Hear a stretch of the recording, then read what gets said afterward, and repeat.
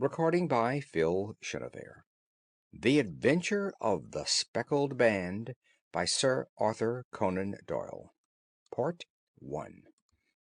On glancing over my notes of the 70-odd cases in which I have, during the last 8 years, studied the methods of my friend Sherlock Holmes, I find many tragic, some comic, a large number merely strange, but none commonplace.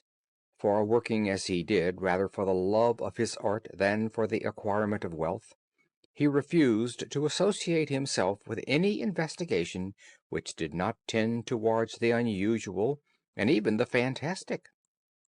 Of all these varied cases, however, I cannot recall any which presented more singular features than that which was associated with the well-known Surrey family of the Roylotts of Stoke Moran. The events in question occurred in the early days of my association with Holmes, when we were sharing rooms as bachelors in Baker Street. It is possible that I might have placed them upon record before, but a promise of secrecy was made at the time, from which I have only been freed during the past month by the untimely death of the lady to whom the pledge was given. It is perhaps as well that the facts should now come to light, for I have reasons to know that there are widespread rumors as to the death of Dr. Grimesby Roylott, which tend to make the matter even more terrible than the truth. It was early in April in the year '83 that I woke one morning to find Sherlock Holmes standing, fully dressed, by the side of my bed. He was a late riser as a rule, and as the clock on the mantelpiece showed me that it was only a quarter past 7, I blinked up at him in some surprise, and perhaps just a little resentment, for I was myself regular in my habits. "Very sorry to knock you up, Watson," said he, "but it's the common lot this morning. Mrs. Hudson has been knocked up. She retorted upon me, and I on you." "What is it, then? A fire?" "No, a client. It seems that a young lady has arrived in a considerable state of excitement, who insists upon seeing me. She is waiting now in the sitting-room. Now, when young ladies wander about the metropolis at this hour of the morning, and knock sleepy people up out of their beds, I presume that it is something very pressing which they have to communicate. Should it prove to be an interesting case, you would, I am sure, wish to follow it from the outset. I thought, at any rate, that I should call you and give you the chance." "My dear fellow, I would not miss it for anything." I had no keener pleasure than in following Holmes in his professional investigations, and in admiring the rapid deductions, as swift as intuitions, and yet always founded on a logical basis, with which he unravelled the problems which were submitted to him. I rapidly threw on my clothes, and was ready in a few minutes to accompany my friend down to the sitting-room. A lady, dressed in black, heavily veiled, who had been sitting in the window, rose as we entered. "Good morning, ma'am," said Holmes cheerily. "My name is Sherlock Holmes. This is my intimate friend and associate, Dr. Watson, before whom you can speak as freely as before myself. Ha! I am glad to see that Mrs. Hudson has had the good sense to light the fire. Pray draw up to it, and I shall order you a cup of hot coffee, for I observe that you are shivering." "It is not cold which makes me shiver," said the woman in a low voice, changing her seat as requested. "What then?" "It is fear, Mr. Holmes. It is terror." She raised her veil as she spoke, and we could see that she was indeed in a pitiable state of agitation. Her face was all drawn and grey, with restless, frightened eyes, like those of some hunted animal. Her features and figure were those of a woman of 30, but her hair was shot with premature grey, and her expression was weary and haggard. Sherlock Holmes ran her over with one of his quick, all-comprehensive glances. "You must not fear," said he soothingly, bending forward and patting her forearm. "We shall soon set matters right. I have no doubt you have come in by train this morning, I see."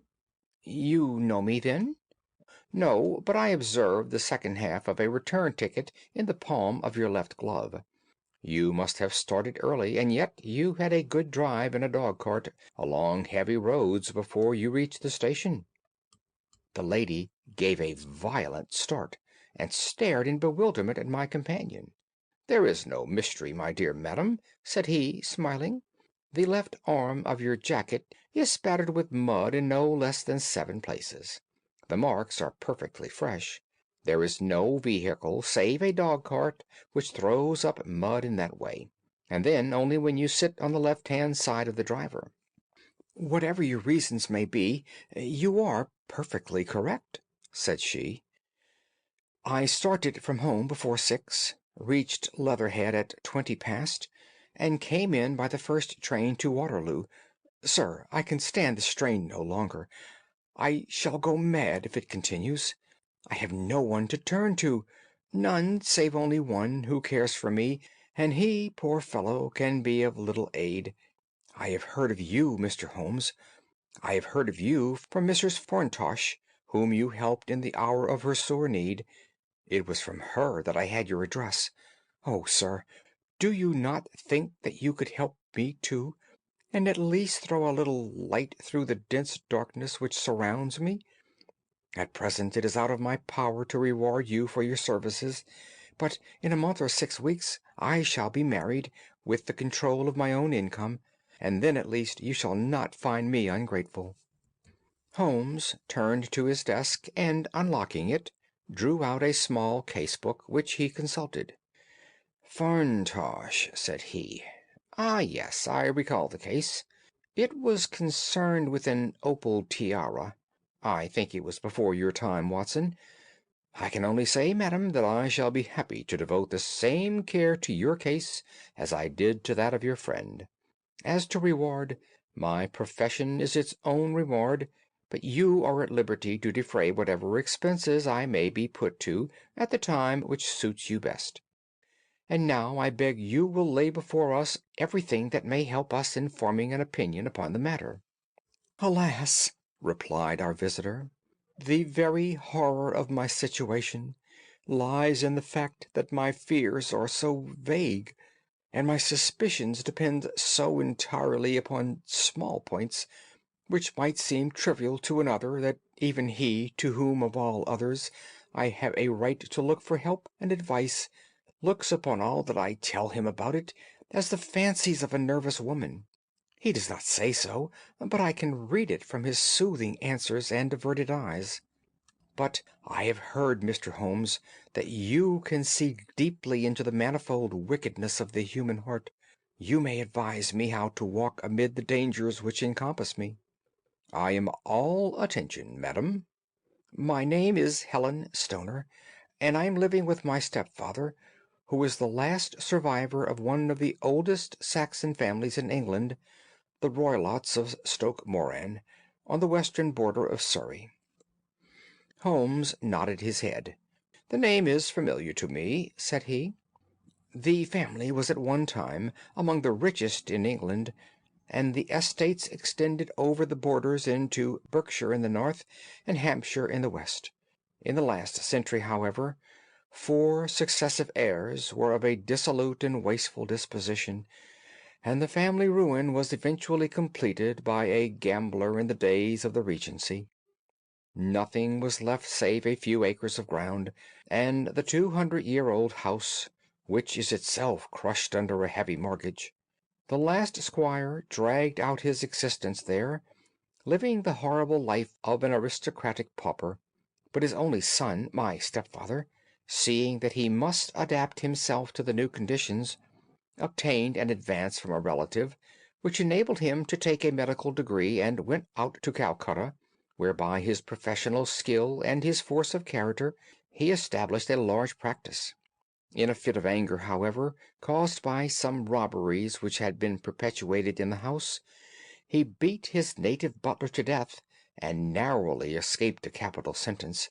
As it was, he suffered a long term of imprisonment, and afterwards returned to England a morose and disappointed man. When Dr. Roylott was in India, he married my mother, Mrs. Stoner, the young widow of Major General Stoner of the Bengal Artillery. My sister Julia and I were twins, and we were only 2 years old at the time of my mother's remarriage. She had a considerable sum of money, not less than £1,000 a year, and this she bequeathed to Dr. Roylott entirely, while we resided with him, with a provision that a certain annual sum should be allowed to each of us in the event of our marriage. Shortly after our return to England, my mother died. She was killed 8 years ago in a railway accident near Crewe. Dr. Roylott then abandoned his attempts to establish himself in practice in London, and took us to live with him in the old ancestral house at Stoke Moran. The money which my mother had left was enough for all our wants, and there seemed to be no obstacle to our happiness. But a terrible change came over our stepfather about this time. Instead of making friends and exchanging visits with our neighbors, who had at first been overjoyed to see a Roylott of Stoke Moran back in the old family seat, he shut himself up in his house, and seldom came out save to indulge in ferocious quarrels with whoever might cross his path.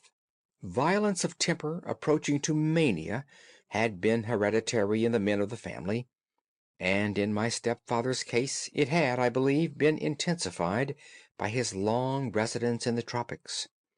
A series of disgraceful brawls took place, two of which ended in the police court, until at last he became the terror of the village, and the folks would fly at his approach, for he is a man of immense strength and absolutely uncontrollable in his anger.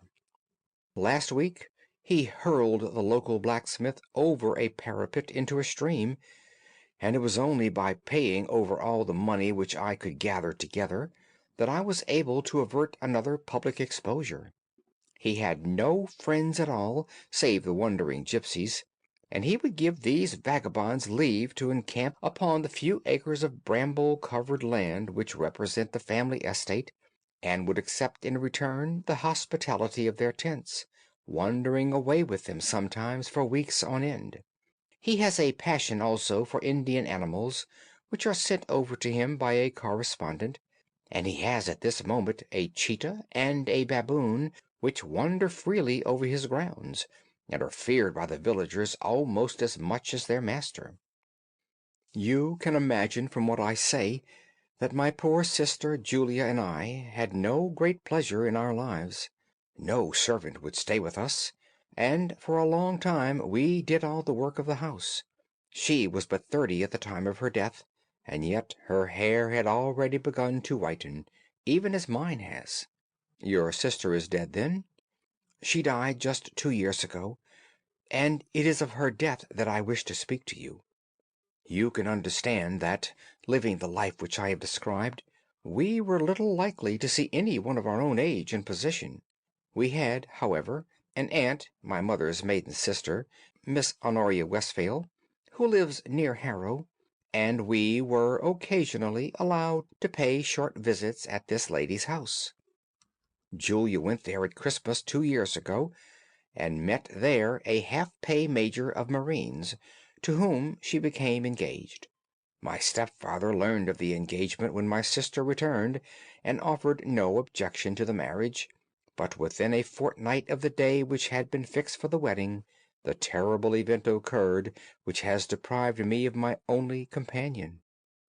Sherlock Holmes had been leaning back in his chair, with his eyes closed and his head sunk in a cushion, but he half opened his lids now, and glanced across at his visitor. "Pray be precise as to details," said he. "It is easy for me to be so, for every event of that dreadful time is seared into my memory. The manor house is, as I have already said, very old, and only one wing is now inhabited. The bedrooms in this wing are on the ground floor, the sitting rooms being in the central block of the buildings. Of these bedrooms the first is Dr. Roylott's, the second my sister's, and the third my own. There is no communication between them, but they all open out into the same corridor. Do I make myself plain?" Perfectly so. The windows of the three rooms opened out upon the lawn. That fatal night Dr. Roylott had gone to his room early, though we knew that he had not retired to rest, for my sister was troubled by the smell of the strong Indian cigars which it was his custom to smoke. She left her room, therefore she came into mine, where she sat for some time, chatting about her approaching wedding. At 11 o'clock she rose to leave me, but she paused at the door and looked back. "Tell me, Helen," said she, "have you ever heard anyone whistle in the dead of the night?" "Never," said I. "I suppose that you could not possibly whistle yourself in your sleep?" "Certainly not. But why?" "Because during the last few nights I have always, about 3 in the morning, heard a low, clear whistle. I am a light sleeper, and it has awakened me. I cannot tell where it came from, perhaps from the next room, perhaps from the lawn. I thought that I would just ask you whether you had heard it." "No, I have not. It must be those wretched gipsies in the plantation." "Very likely. And yet if it were on the lawn, I wonder that you did not hear it also." "Ah, but I sleep more heavily than you." "Well, it is of no great consequence, at any rate." She smiled back at me, closed my door, and a few moments later I heard her key turn in the lock. "Indeed," said Holmes. "Was it your custom always to lock yourselves in at night?" "Always." "And why?" "I think that I mentioned to you that the doctor kept a cheetah and a baboon. We had no feeling of security unless our doors were locked." "Quite so. Pray proceed with your statement." "I could not sleep that night. A vague feeling of impending misfortune impressed me. My sister and I, you will recollect, were twins, and you know how subtle are the links which bind two souls which are so closely allied. It was a wild night. The wind was howling outside, and the rain was beating and splashing against the windows. Suddenly, amid all the hubbub of the gale, there burst forth the wild scream of a terrified woman. I knew that it was my sister's voice. I sprang from my bed, wrapped a shawl round me, and rushed into the corridor. As I opened my door, I seemed to hear a low whistle, such as my sister described, and a few moments later a clanging sound, as if a mass of metal had fallen. As I ran down the passage, my sister's door was unlocked and revolved slowly upon its hinges. I stared at it horror-stricken, not knowing what was about to issue from it. By the light of the corridor lamp I saw my sister appear at the opening, her face blanched with terror, her hands groping for help, her whole figure swaying to and fro like that of a drunkard. I ran to her and threw my arms around her, but at that moment her knees seemed to give way, and she fell to the ground. She writhed as one who is in terrible pain, and her limbs were dreadfully convulsed. At first I thought that she had not recognized me, but as I bent over her, she suddenly shrieked out in a voice which I shall never forget, "Oh, my God, Helen! It was the band! The speckled band!" There was something else which she would fain have said, and she stabbed with her finger into the air in the direction of the doctor's room, but a fresh convulsion seized her and choked her words. I rushed out, calling loudly for my stepfather, and I met him hastening from his room in his dressing gown. When he reached my sister's side she was unconscious, and though he poured brandy down her throat and sent for medical aid from the village, all efforts were in vain, for she slowly sank and died without having recovered her consciousness. Such was the dreadful end of my beloved sister. "One moment," said Holmes. "Are you sure about the whistle and the metallic sound? Could you swear to it?"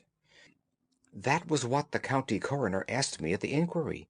It is my strong impression that I heard it, and yet, among the crash of the gale and the creaking of the old house, I may possibly have been deceived." Was your sister dressed? No, she was in her nightdress. In her right hand was found the charred stump of a match, and in her left a matchbox. Showing that she had struck a light and looked about her when the alarm took place. That is important. And what conclusions did the coroner come to? He investigated the case with great care, for Dr. Roylott's conduct has long been notorious in the county, but he was unable to find any satisfactory cause of death. My evidence showed that the door had been fastened upon the inner side, and the windows were blocked by old-fashioned shutters with broad iron bars, which were secured every night. The walls were carefully sounded, and were shown to be quite solid all round, and the flooring was also thoroughly examined, with the same result. The chimney is wide, but is barred up by four large staples. It is certain, therefore, that my sister was quite alone when she met her end. Besides, there were no marks of any violence upon her. How about poison? The doctors examined her for it, but without success. What do you think that this unfortunate lady died of, then? It is my belief that she died of pure fear and nervous shock, though what it was that frightened her I cannot imagine. Were there gipsies in the plantation at the time? Yes, there are nearly always some there. Ah, and what did you gather from this allusion to a speckled band? Sometimes I've thought that it was merely the wild talk of delirium, sometimes that it may have referred to some band of people, perhaps to these very gipsies in the plantation. I do not know whether these spotted handkerchiefs which so many of them wear over their heads might have suggested the strange adjective which she used. Holmes shook his head like a man who is far from being satisfied. "These are very deep waters," said he. "Pray go on with your narrative." 2 years have passed since then, and my life has been until lately lonelier than ever. A month ago, however, a dear friend, whom I have known for many years, has done me the honor to ask my hand in marriage. His name is Armitage, Percy Armitage, the second son of Mr. Armitage of Crane Water, near Reading. My stepfather has offered no opposition to the match, and we are to be married in the course of the spring. 2 days ago some repairs were started in the west wing of the building, and my bedroom wall has been pierced, so that I have to move into the chamber in which my sister died, and to sleep in the very bed in which she slept. Imagine, then, my thrill of terror when last night, as I lay awake thinking over her terrible fate, I suddenly heard in the silence of the night the low whistle which had been the herald of her death. I sprang up and lit the lamp, but nothing was to be seen in the room. I was too shaken to go to bed again, however, so I dressed, and as soon as it was daylight I slipped down, got a dog-cart at the Crown Inn, which is opposite, and drove to Leatherhead, from whence I have come on this morning with this one object of seeing you and asking your advice. "You have done wisely," said my friend. "But have you told me all?" "Yes, all." "Miss Roylott, you have not. You are screening your stepfather." "Why, what do you mean?" For answer, Holmes pushed back the frill of black lace which fringed the hand that lay upon our visitor's knee. 5 little livid spots, the marks of 4 fingers and a thumb, were printed upon the white wrist. "You have been cruelly used," said Holmes. The lady colored deeply, and covered over her injured wrist. "He is a hard man," she said, "and perhaps he hardly knows his own strength." There was a long silence, during which Holmes leaned his chin upon his hands and stared into the crackling fire. "This is a very deep business," he said at last. "There are 1,000 details which I should desire to know before I decide upon our course of action. Yet we have not a moment to lose. If we were to come to Stoke Moran to-day, would it be possible for us to see over those rooms without the knowledge of your stepfather?" As it happens, he spoke of coming into town today, upon some most important business. It is probably that he will be away all day, and that there would be nothing to disturb you. We have a housekeeper now, but she is old and foolish, and I could easily get her out of the way." "Excellent. You are not adverse to this trip, Watson?" "By no means." "Then we shall both come. What are you going to do yourself?" "I have one or two things which I would wish to do now that I am in town, but I shall return by the 12 o'clock train, so as to be there in time for your coming. And you may expect us early in the afternoon. I have myself some small business matters to attend to. Will you not wait and breakfast?" "No, I must go. My heart is lightened already, since I have confided my trouble to you.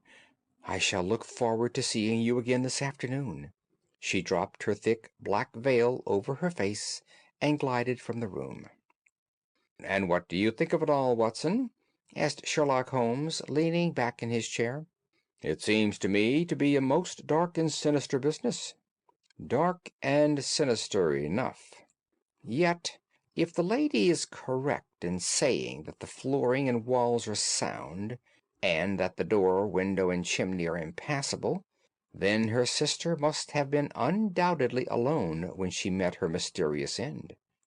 What becomes then of these nocturnal whistles, and what of the very peculiar words of the dying woman? I cannot think.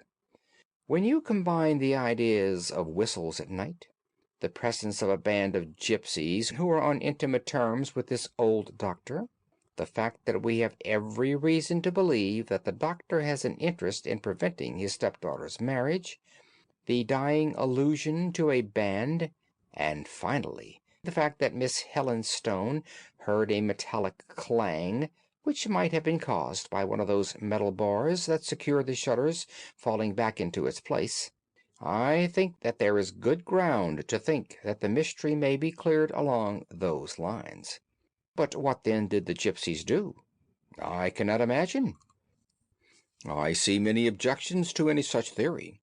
"And so do I. It is precisely for that reason that we are going to Stoke Moran this day. I want to see whether the objections are fatal, or if they may be explained away."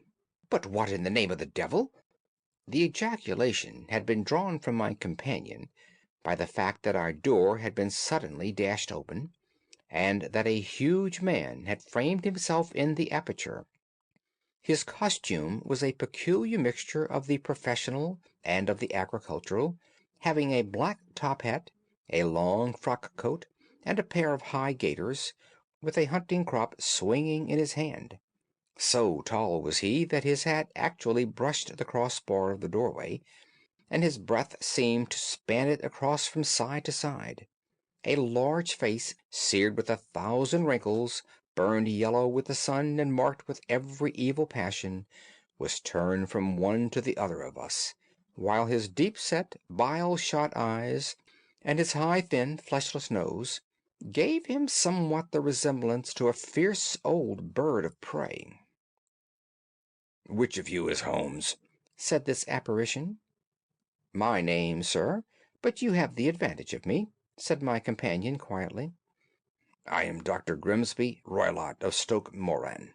"Indeed, doctor," said Holmes blandly. "Pray take a seat." "I will do nothing of the kind. My stepdaughter has been here. I have traced her.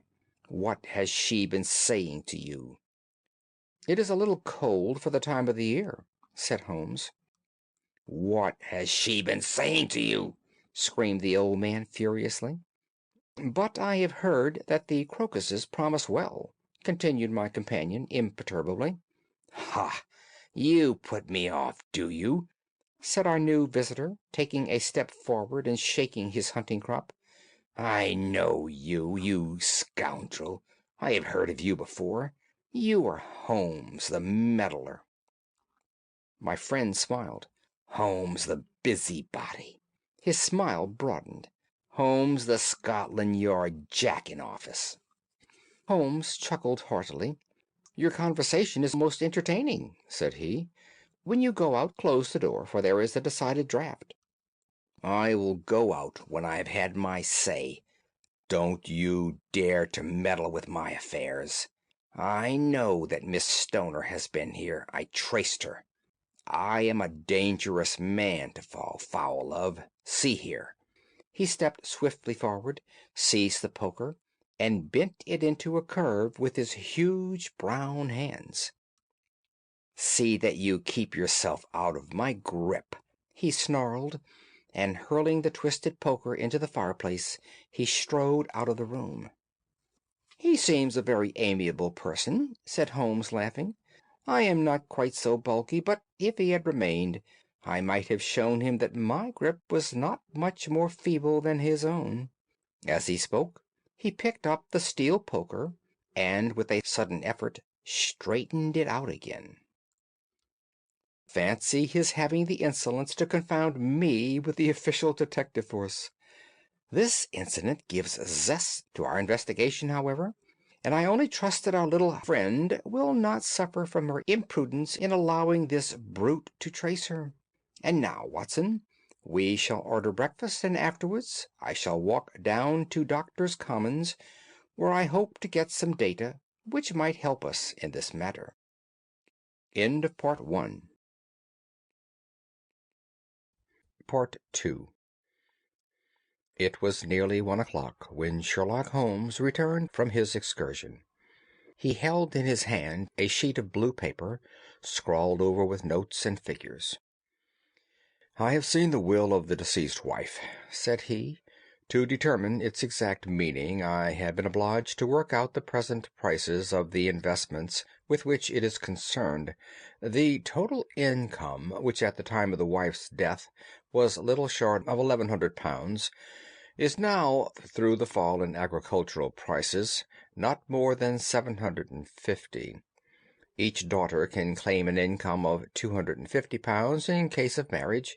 It is evident, therefore, that if both girls had married, this beauty would have had a mere pittance, while even one of them would cripple him to a very serious extent. My morning's work has not been wasted, since it is proved that he has the very strongest motives for standing in the way of anything of the sort. And now, Watson, this is too serious for dawdling, especially as the old man is aware that we are interesting ourselves in his affairs. So, if you are ready, we shall call a cab and drive to Waterloo. I should be very much obliged if you would slip your revolver into your pocket. And Ely's number 2 is an excellent argument with gentlemen who can twist steel pokers into knots. That and a toothbrush are, I think, all that we need. At Waterloo we were fortunate in catching a train for Leatherhead, where we hired a trap at the station inn, and drove for 4 or 5 miles through the lovely Surrey lanes. It was a perfect day, with a bright sun and a few fleecy clouds in the heavens. The trees and wayside hedges were just throwing out their first green shoots, and the air was full of the pleasant smell of the moist earth. To me, at least, there was a strange contrast between the sweet promise of the spring and this sinister quest upon which we were engaged. My companion sat in the front of the trap, his arms folded, his hat pulled down over his eyes, and his chin sunk upon his breast, buried in the deepest thought. Suddenly, however, he started, tapped me on the shoulder, and pointed over the meadows. "Look there," said he. A heavily timbered park stretched up in a gentle slope, thickening into a grove at the highest point. From amid the branches there jutted out the gray gables and high roof-tree of a very old mansion. "Stoke Moran?" said he. "Yes, sir, that be the house of Dr. Grimsby Roylott," remarked the driver. "There is some building going on there," said Holmes. "That is where we are going." "There's the village," said the driver, pointing to a cluster of roofs some distance to the left. "But if you want to get to the house, you'll find it shorter to get over this stile, and so by the footpath over the fields. There it is, where the lady is walking." "And the lady, I fancy, is Miss Stoner," observed Holmes, shading his eyes. "Yes, I think we had better do as you suggest." We got off, paid our fare, and the trap rattled back on its way to Leatherhead. "I thought it as well," said Holmes as we climbed the stile, "that this fellow should think we had come here as architects, or on some definite business. It may stop his gossip. Good afternoon, Miss Stoner. You see that we have been as good as our word." Our client of the morning had hurried forward to meet us with a face which spoke her joy. "I have been waiting so eagerly for you," she cried, shaking hands with us warmly. "All has turned out splendidly.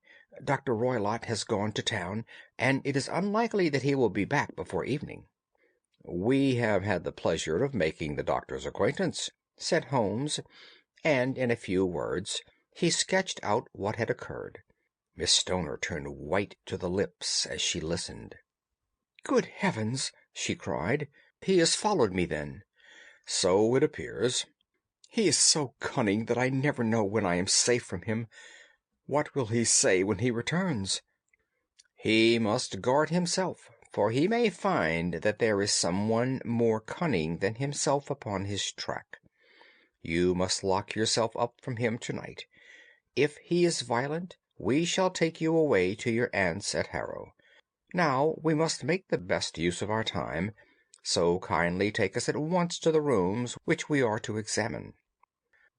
The building was of grey, lichen-blotched stone, with a high central portion and two curving wings, like the claws of a crab, thrown out on each side.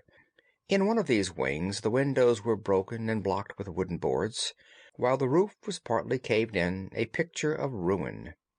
The central portion was in little better repair, but the right-hand block was comparatively modern, and the blinds in the windows, with the blue smoke curling up from the chimneys, showed that this was where the family resided. Some scaffolding had been erected against the end wall, and the stonework had been broken into, but there were no signs of any workmen at the moment of our visit. Holmes walked slowly up and down the ill-trimmed lawn, and examined with deep attention the outsides of the windows.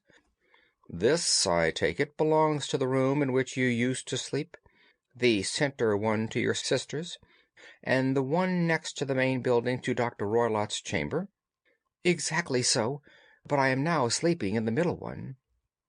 "Pending the alterations, as I understand.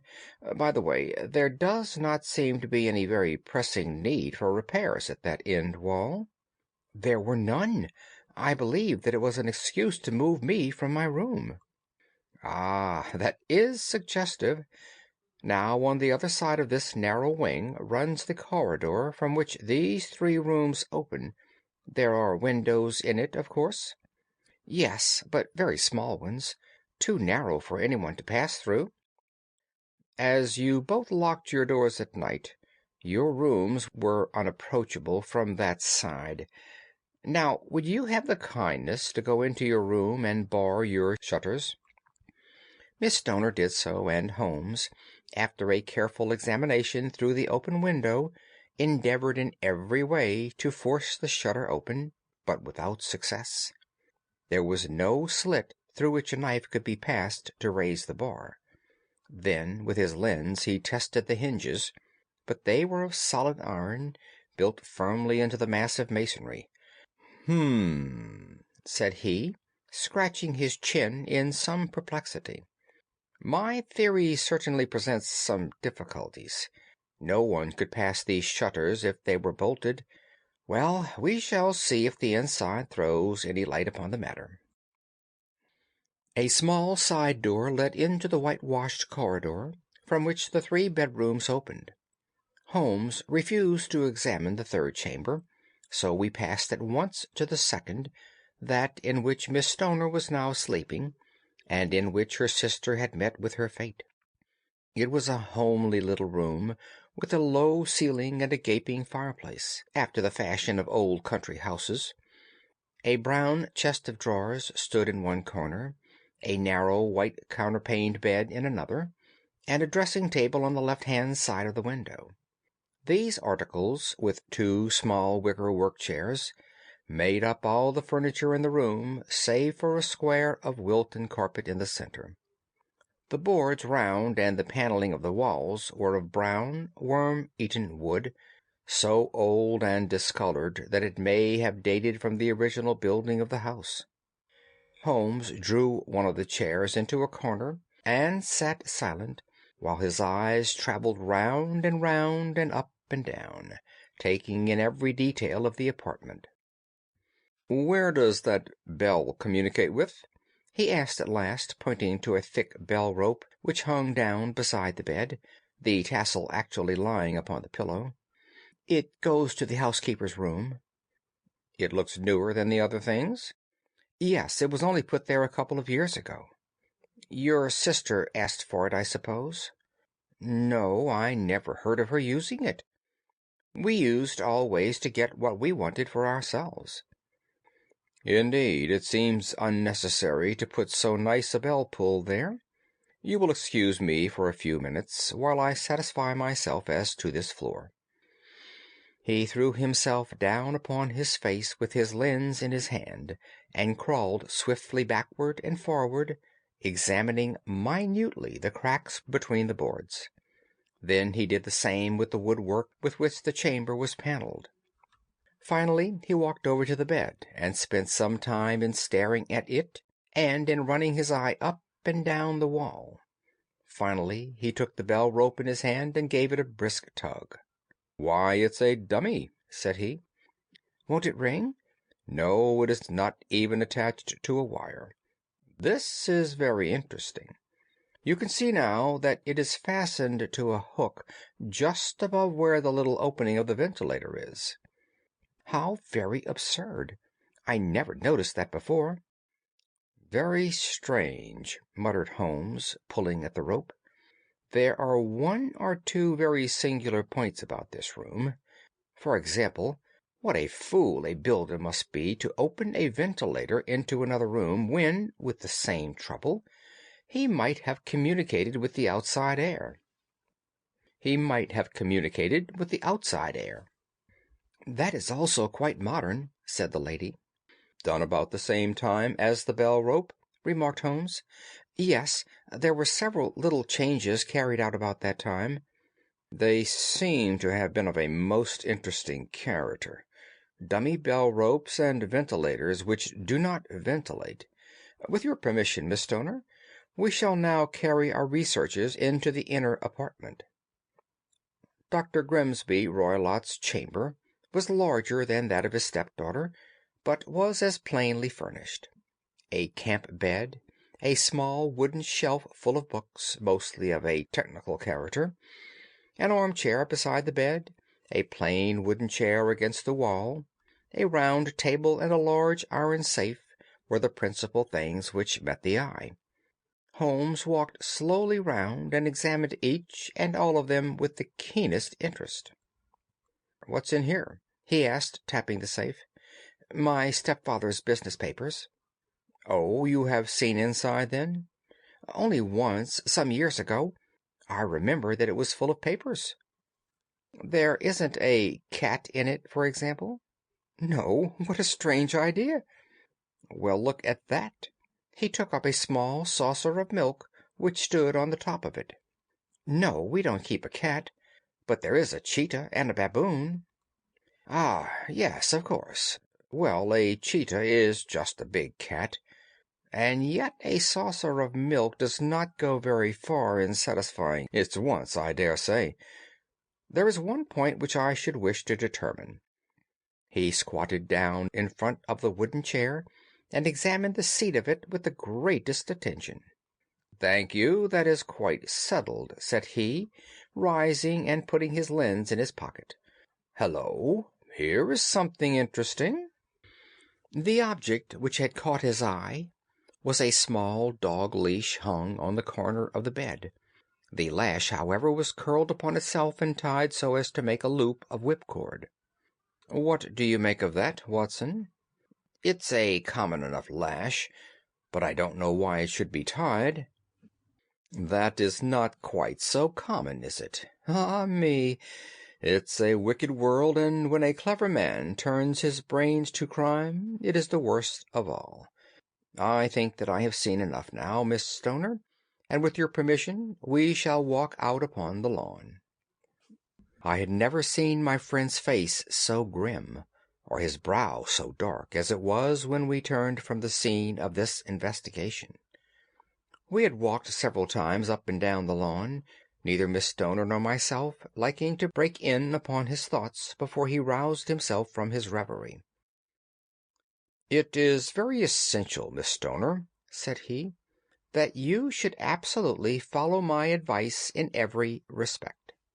"I shall most certainly do so." "The matter is too serious for any hesitation. Your life may depend upon your compliance. I assure you that I am in your hands. In the first place, both my friend and I must spend the night in your room." Both Miss Stoner and I gazed at him in astonishment. "Yes, it must be so. Let me explain. I believe that is the village inn over there?" "Yes, that is the Crown." "Very good. Your windows would be visible from there?" "Certainly." "You must confine yourself to your room on pretense of a headache when your stepfather comes back. Then, when you hear him retire for the night, you must open the shutters of your window, undo the hasp, put your lamp there as a signal to us, and then withdraw quietly with everything with which you are likely to want into the room which you used to occupy. I have no doubt that, in spite of the repairs, you could manage there for one night." "Oh, yes, easily." "The rest you will leave in our hands." "But what will you do?" "We shall spend the night in your room, and we shall investigate the cause of this noise which has disturbed you." "I believe, Mr. Holmes, that you have already made up your mind," said Miss Stoner, laying her hand upon my companion's sleeve. "Perhaps I have." "Then, for pity's sake, tell me what was the cause of my sister's death." "I should prefer to have clearer proofs before I speak." "You can at least tell me whether my own thought is correct, and if she died from some sudden fright." "No, I do not think so. I think that there was probably some more tangible cause. And now, Miss Stoner, we must leave you, for if Dr. Roylott returned and saw us our journey would be in vain. Good-bye, and be brave, for if you will do what I have told you, you may rest assured that we shall soon drive away the dangers that threaten you." Sherlock Holmes and I had no difficulty in engaging a bedroom and sitting-room at the Crown Inn. They were on the upper floor, and from our window we could command a view of the avenue gate and of the inhabited wing of Stoke Moran Manor House. At dusk we saw Dr. Grimesby Roylott drive past, his huge form looming up beside the little figure of the lad who drove him. The boy had some slight difficulty in undoing the heavy iron gates, and we heard the hoarse roar of the doctor's voice, and saw the fury with which he shook his clenched fists at him.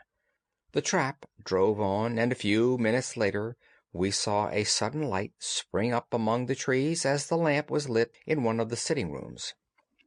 "Do you know, Watson," said Holmes as we sat together in the gathering darkness, "I have really some scruples as to taking you tonight.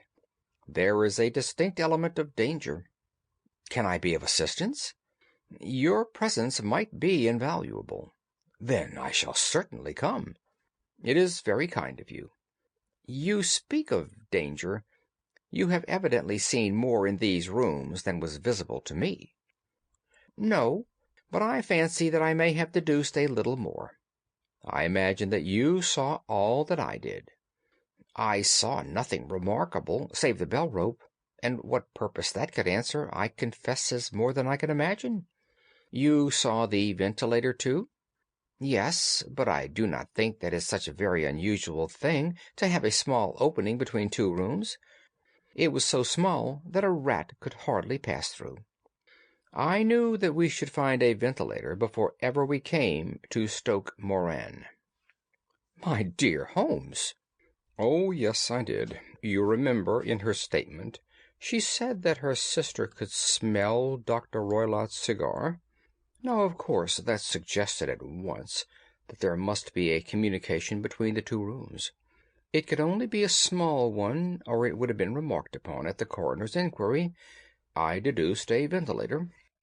But what harm can there be in that? Well, there is at least a curious coincidence of dates. A ventilator is made, a cord is hung, and the lady who sleeps in the bed dies. Does that not strike you? I cannot as yet see any connection. Did you observe anything very peculiar about that bed? No. It was clamped to the floor. Did you ever see a bed fastened like that before? I cannot say that I have. The lady could not move her bed. It must always be in the same relative position to the ventilator and to the rope, or so we may call it, since it was clearly never meant to be a bell pull. Holmes, I cried, I seem to see dimly what you are hinting at. We are only just in time to prevent some subtle and horrible crime. Subtle enough and horrible enough. When a doctor does go wrong, he is the first of criminals. He has nerve and he has knowledge. Palmer and Pritchard were among the heads of their profession. This man strikes even deeper, but I think, Watson, that we shall be able to strike deeper still. But we shall have horrors enough before the night is over. For goodness' sake, let us have a quiet pipe and turn our minds for a few hours to something more cheerful. About 9 o'clock the light among the trees was extinguished, and all was dark in the direction of the manor-house. 2 hours passed slowly away, and then, suddenly, just at the stroke of 11, a single bright light shone out right in front of us. "That is our signal," said Holmes, springing to his feet. "It comes from the middle window." As we passed out, he exchanged a few words with the landlord, explaining that we were going on a late visit to an acquaintance, and that it was possible that we might spend the night there. A moment later we were out on the dark road, a chill wind blowing in our faces, and one yellow light twinkling in front of us through the gloom to guide us on our sombre errand. There was little difficulty in entering the grounds, for unrepaired breaches gaped in the old park wall. Making our way among the trees, we reached the lawn, crossed it, and were about to enter through the window, when out from a clump of laurel bushes there darted what seemed to be a hideous and distorted child, who threw itself upon the grass with writhing limbs, and then ran swiftly across the lawn into the darkness. "My God!" I whispered. "Did you see it?" Holmes was for the moment as startled as I. His hand closed like a vice upon my wrist in his agitation. Then he broke into a low laugh and put his lips to my ear. "It is a nice household," he murmured. "That is the baboon." I had forgotten the strange pets which the doctor affected. There was a cheetah, too. Perhaps we might find it upon our shoulders at any moment. I confess that I felt easier in my mind when, after following Holmes's example and slipping off my shoes, I found myself inside the bedroom. My companion noiselessly closed the shutters, moved the lamp onto the table, and cast his eyes round the room. All was as we had seen it in the daytime. Then, creeping up to me and making a trumpet of his hand, he whispered into my ear again so gently that it was all that I could do to distinguish the words. "The least sound would be fatal to our plans." I nodded to show that I had heard. "We must sit without light. He would see it through the ventilator." I nodded again. "Do not go asleep. Your very life may depend upon it. Have your pistol ready in case we should need it. I will sit on the side of the bed, and you in that chair." I took out my revolver and laid it on the corner of the table. Holmes had brought up a long, thin cane, and this he placed upon the bed beside him. By it he laid the box of matches and the stump of a candle.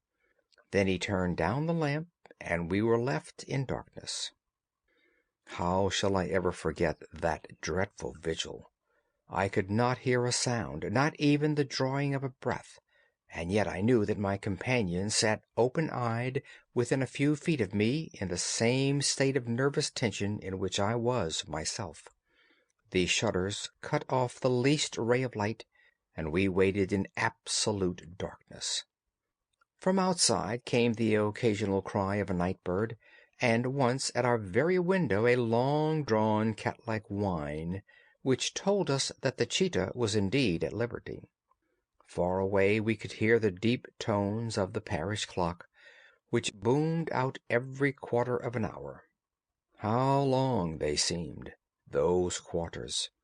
12 struck, and 1, and 2, and 3, and still we sat waiting silently for whatever might befall.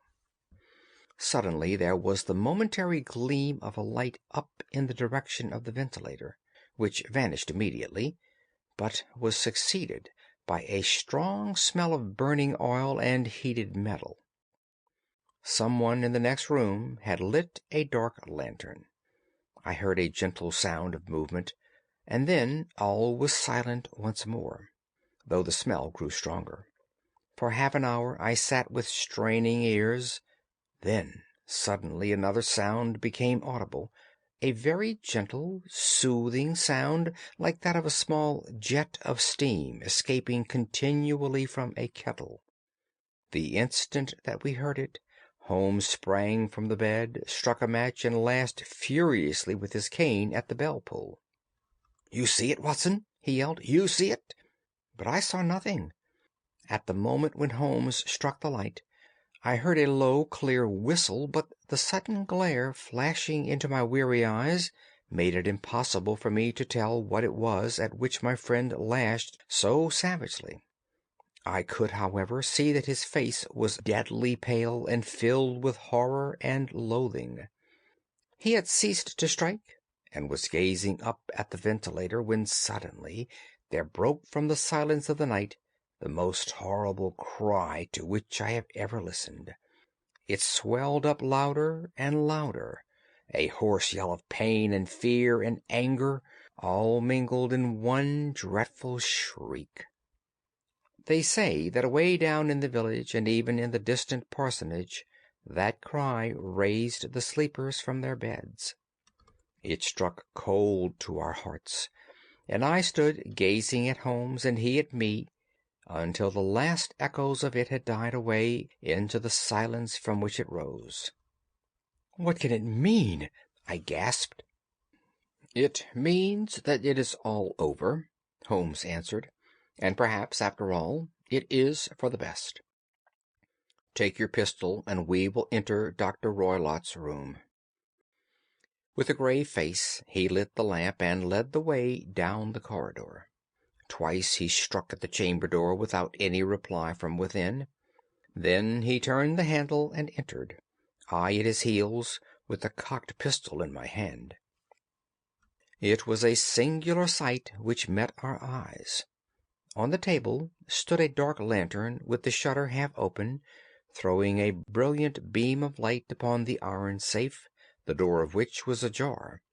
Beside this table, on the wooden chair, sat Dr. Grimsley Roylott, clad in a long grey dressing-gown, his bare ankles protruding beneath, and his feet thrust into red, heelless Turkish slippers. Across his lap lay the short stock with the long lash which we had noticed during the day. His chin was cocked upward, and his eyes were fixed in a dreadful, rigid stare at the corner of the ceiling. Round his brow he had a peculiar yellow band with brownish speckles, which seemed to be bound tightly round his head. As we entered, he made neither sound nor motion. "The band, the speckled band," whispered Holmes. I took a step forward. In an instant his strange headgear began to move, and there reared itself from among his hair the squat, diamond-shaped head and puffed neck of a loathsome serpent. "It is a swamp adder," cried Holmes, "the deadliest snake in India. He has died within 10 seconds of being bitten." Violence does, in truth, recoil upon the violent, and the schemer falls into the pit which he digs for another. Let us thrust this creature back into its den, and we can then remove Miss Stoner to some place of shelter, and let the county police know what has happened." As he spoke, he drew the dog-whip swiftly from the dead man's lap, and, throwing the noose round the reptile's neck, he drew it from its horrid perch, and, carrying it at arm's length, threw it into the iron safe which he closed upon it. Such are the true facts of the death of Dr. Grimsby Roylott of Stoke Moran. It is not necessary that I should prolong a narrative which has already run to too great a length by telling you how we broke the sad news to the terrified girl, how we conveyed her by the morning train to the care of her good aunt at Harrow, of how the slow process of official inquiry came to the conclusion that the doctor met his fate while indiscreetly playing with a dangerous pet. The little which I had yet to learn of the case was told me by Sherlock Holmes as we travelled back next day. "I had," said he, "come to an entirely erroneous conclusion, which shows, my dear Watson, how dangerous it always is to reason from insufficient data. The presence of the gipsies, and the use of the word band, which was used by the poor girl, no doubt, to explain the appearance which she had caught a hurried glimpse of by the light of her match, were sufficient to put me upon an entirely wrong scent. I can only claim the merit that I instantly reconsidered my position when, however, it became clear to me that whatever danger threatened an occupant of the room could not come either from the window or the door.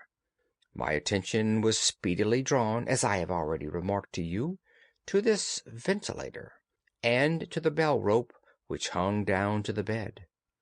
The discovery that this was a dummy, and that the bed was clamped to the floor, instantly gave rise to the suspicion that the rope was there as a bridge for something passing through the hole and coming to the bed.